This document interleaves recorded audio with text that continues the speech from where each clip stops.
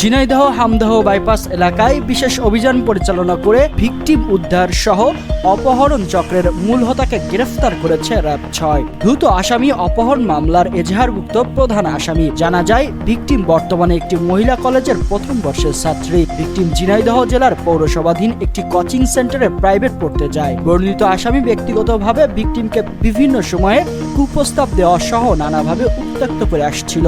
Victim আসামির কুপ্রস্তাবে রাজি না হয়ে ঘটনার বিষয়টি তার পিতামাতাকে অবহিত করলে ভিকটিমের পিতা আসামি তারেক রহমানকে এ ধরনের কাজ থেকে বিরত থাকতে বললে আসামি তারেক রহমান ক্ষিপ্ত হয়ে ভিকটিমকে অপহরণ করার জন্য ষড়যন্ত্রে লিপ্ত হয়। গত ৭ই মার্চ ২০২৪ তারিখ ভিকটিম প্রাইভেট পড়ার জন্য বাড়ি হতে ঝিনাইদহ পৌরসভাধীন সরকারি কেপি কলেজের পশ্চিম পার্শ্বে কোচিং সেন্টারের সামনে পাকা রাস্তার উপর পৌঁছালে মামলার আসামি মোহাম্মদ তারেক রহমান পরিকল্পিতভাবে ভিকটিমকে তার ইচ্ছার বিরুদ্ধে অপহরণপূর্বক তুলে নিয়ে যায়।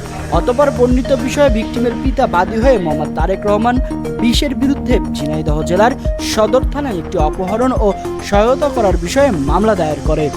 এরই ধারাবাহিকতায় বর্ণিত মামলার প্রধান আসামি মোহাম্মদ তারেক রহমানকে গ্রেপ্তারের উদ্দেশ্যে তথ্য প্রযুক্তির সহায়তায় ঝিনাইদহ জেলার সদর থানাধীন হামদহ বাইপাস এলাকায় উক্ত আসামির অবস্থান শনাক্ত করা হয়। অদ্য ১৭ই মার্চ ২০২৪ তারিখ র্যাব ৬ ঝিনাইদহের একটি অভিযানিক দল গোপন তথ্যের মাধ্যমে জানতে পারে যে অপহরণকারী দলের মূল হোতা মোহাম্মদ তারেক রহমান ঝিনাইদহ জেলার সদর থানার হামদহ বাইপাস এলাকায় অবস্থান করছেন।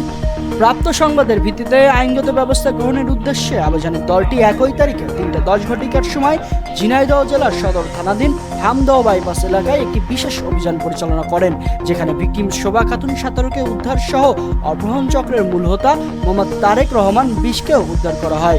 গ্রেপ্তারকৃত আসামিকে প্রাথমিক জিজ্ঞাসাবাদে উক্ত ঘটনার সাথে সম্পৃক্ততার কথা স্বীকার করে গ্রেফতারকৃত আসামিকে ঝিনাইদহ জেলার সদর থানায় হস্তান্তর করা হয়েছে।